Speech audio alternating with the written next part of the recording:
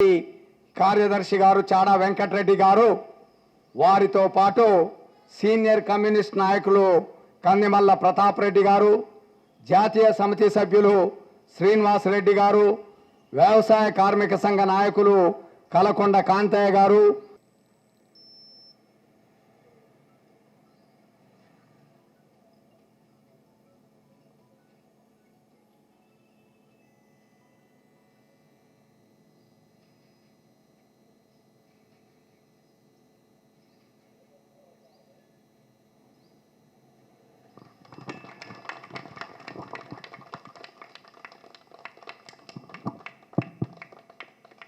गुजरात मराठा द्राविड मुख्यलवंगा इंजय हिमाचल यमुना जय हे तब शुभ नामे जाहे तब शुभाशिष मागे गाहे तब जय गाथा जनगण मंगलदायक जय हे भारत पाहे జయ జయ జయ జయ హే.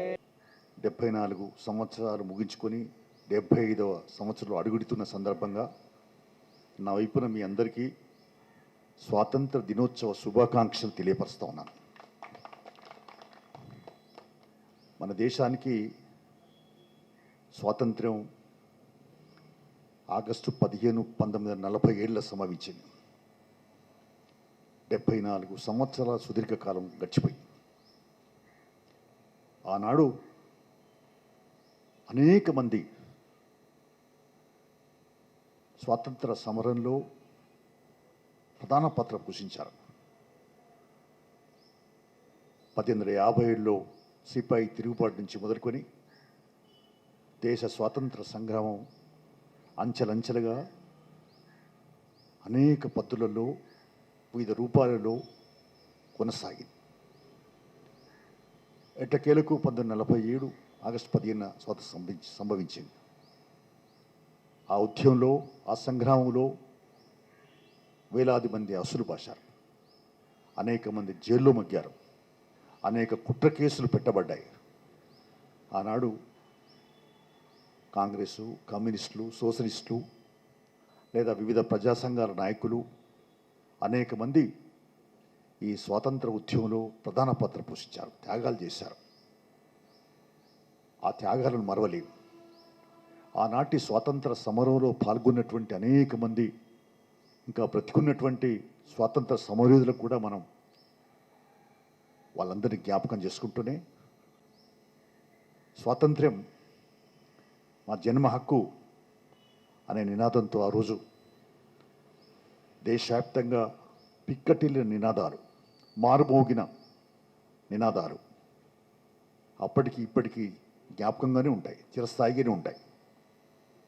స్వాతంత్ర ఉద్యమం అనేది ఆషామాషి ఉద్యమం కాదు, చావో రేవో తెలుసుకునే ఉద్యమం.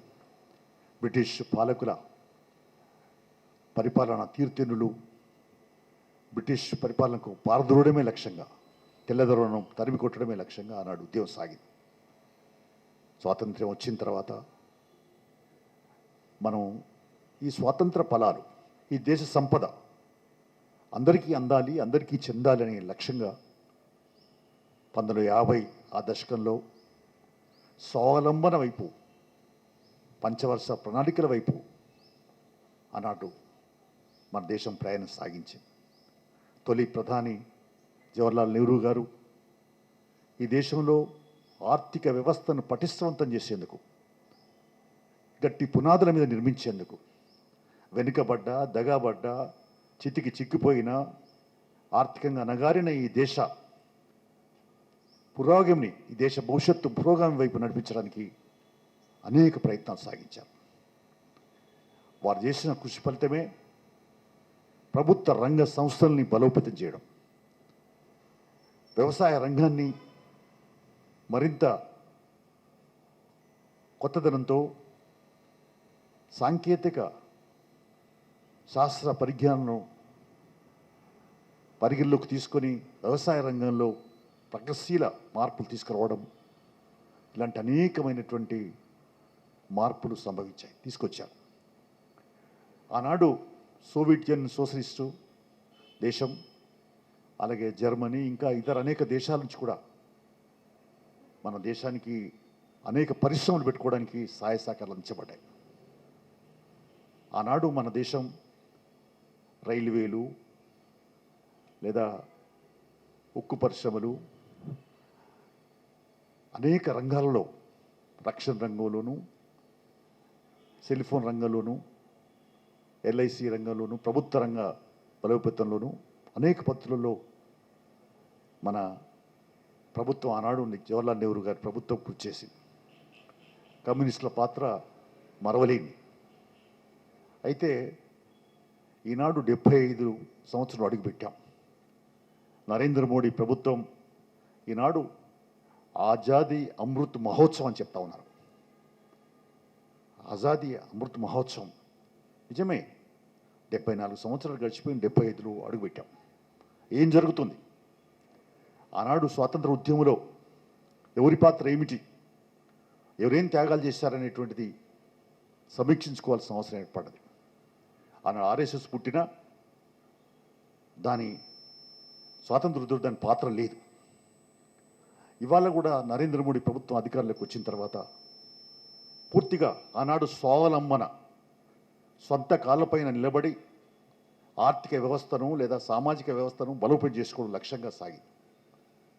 అన్నీ విజయవంతమైన చెప్పట్లేదు, కానీ ఆ ప్రయత్నాలు సాగినాయి. ఇవాళంతా కూడా స్వాహాకారం. ఆనాడు సమాజంలో గౌరవం, ప్రతిష్ట లేదా స్వేచ్ఛా వాయువులు పీల్చుకునే దానికి కొంత ప్రయత్నాలు, దేశభక్తి భావాలు, ఈ దేశం నాదనే ఆకాంక్షలు ఉన్నటువంటి ఆ రోజులకి ఈ రోజులకు చాలా మార్పులు వచ్చాయి. ఆనాడు ప్రభుత్వ రంగ సంస్థల్ని బలోపేతం చేస్తే ఈనాడు మోడీ ప్రభుత్వం ప్రభుత్వ రంగ సంస్థలు నిర్వీర్యం చేస్తుంది. ప్రభుత్వ రంగ సంస్థలు ధ్వంసం చేస్తూ, అమ్మేస్తూ కార్పొరేట్ సంస్థలు కట్టబెడుతున్నది. ఇంకోవైపున అన్ని రంగాలను కూడా ఇవాళ ఈ దేశంలో 348 ప్రభుత్వ రంగ సంస్థలు ఉంటే ఎక్కువ భాగం లాభాలనే ఉన్నాయి. ఇలాంటి సంస్థలన్నీ కూడా ధ్వంసం చేసి అమ్మేస్తూ కార్పొరేట్ సంస్థలకు కట్టబెట్టే ప్రయత్నం సాగిస్తూ ఉన్నారు. ఆనాడు మనకు స్వాతంత్రం వచ్చినాడు టాటా, బిర్లా, సింగల్వార్ అనే వారు ఉంటే ఇవాళ వాళ్ళ స్థానంలో ఆదాని, అంబానీలు ఇవాళ తెరపైకి వచ్చారు. వాళ్ళు ఆడిందే ఆట, పాడిందే పాటగా సాగుతున్నది. ఆఖరకు వ్యవసాయ రంగంలో కూడా ఈ ప్రభుత్వం సంస్కరణల పేరుతో ప్రైవేట్ పరం చేసే కుట్ర చేస్తున్నది, కార్పొరేటీకరణ చేసే ప్రయత్నం చేస్తున్నది. బ్యాంకులను నిర్వీర్యం చేసింది. బిఎస్ఎన్ఎల్, అలాగే ఎల్ఐసిని, రక్షణ రంగంలో షేర్లను, విదేశీ ప్రత్యక్ష పెట్టుబడులను, రైల్వే రంగాన్ని ప్రైవేట్ చేయడము, విద్యుత్తు రంగాన్ని కూడా ప్రైవేట్ చేయడము, అన్ని రంగాలను ప్రైవేట్ చేసే కుట్ర చేస్తుంది. అంటే ఇవాళకి 75 సంవత్సరాలు గడుస్తున్నా ఇంకా సామాజిక న్యాయం కొరబడింది. ఎస్సీ, ఎస్టీ, బీసీ, మైనార్టీ ప్రజలకు ఇంకా వారికి అందాల్సినటువంటి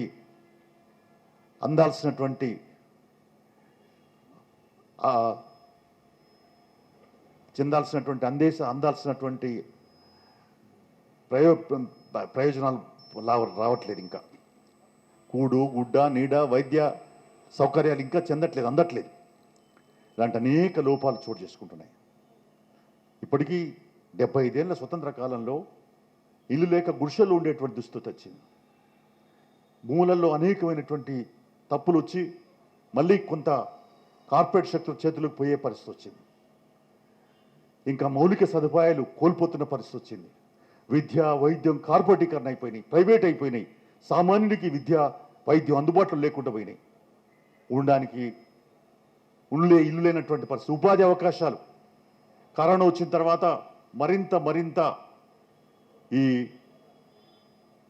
ప్రైవేటు సంబంధించినటువంటి అనేక కార్పొరేట్ సంస్థలు ఇష్టారాజ్యంగా వివరించడం వల్ల ఉపాధి అవకాశాలు కరువైపోయినాయి. యువకులు నిరాశ నిస్పృహల్లో కొట్టుమిట్టాడుతూ ఉన్నారు. మరి కోట్లాది యువకులు ఉద్యోగాలు కోల్పోయి మరి ఆఖరికి ఈజీఎస్ పనులకు పోయే దుస్థితి ఏర్పడ్డది. ఆ ఈజీఎస్ని కూడా కుదించి ప్రభుత్వం, కేంద్ర ప్రభుత్వం నిర్వీర్యం చేస్తుంది. ఇంకోవైపున మతోన్మాదం పెరిగిపోతుంది.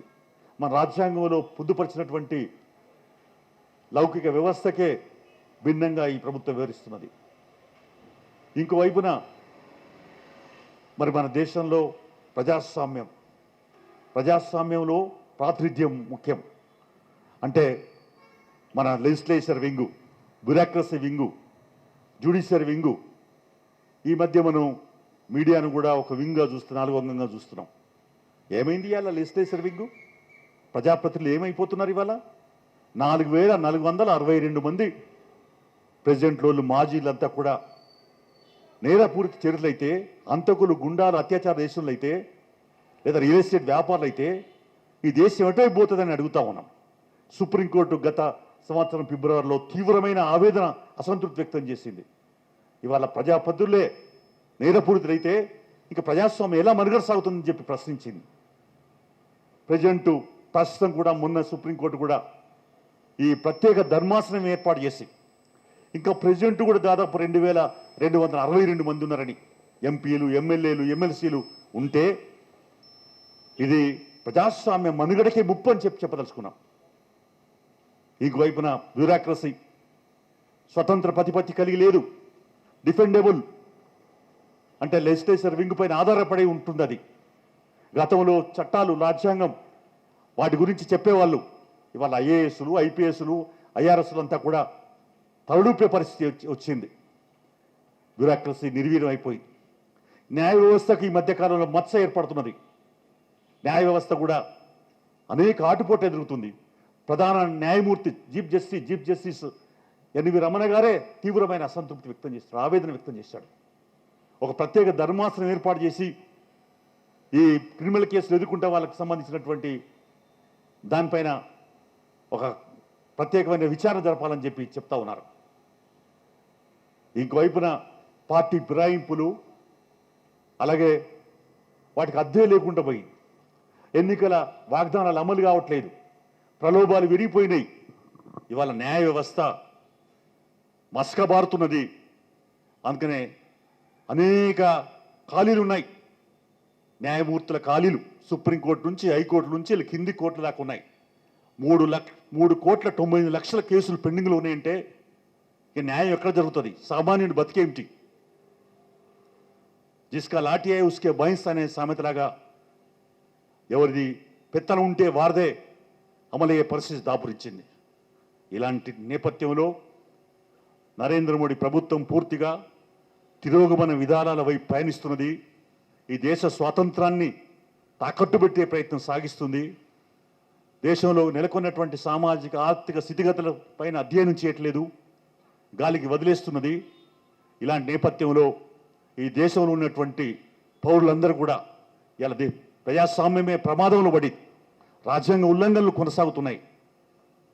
ఇంకా నేను చాలా విషయాలు చెప్పడానికి సమయం కాదు, కానీ జమ్మూ కాశ్మీర్ 2 ముక్కలు చేయడము, మరి హక్కులకు సంబంధించి లేదా ఈ అనేకమైనటువంటి ప్రాథమిక హక్కులకు సంబంధించి కూడా దాడులు జరుగుతున్నాయి. మనం చూస్తూ ఉన్నాం. ప్రశ్నించే గొంతుకల్ని ప్రభుత్వం నెక్కేస్తుంది.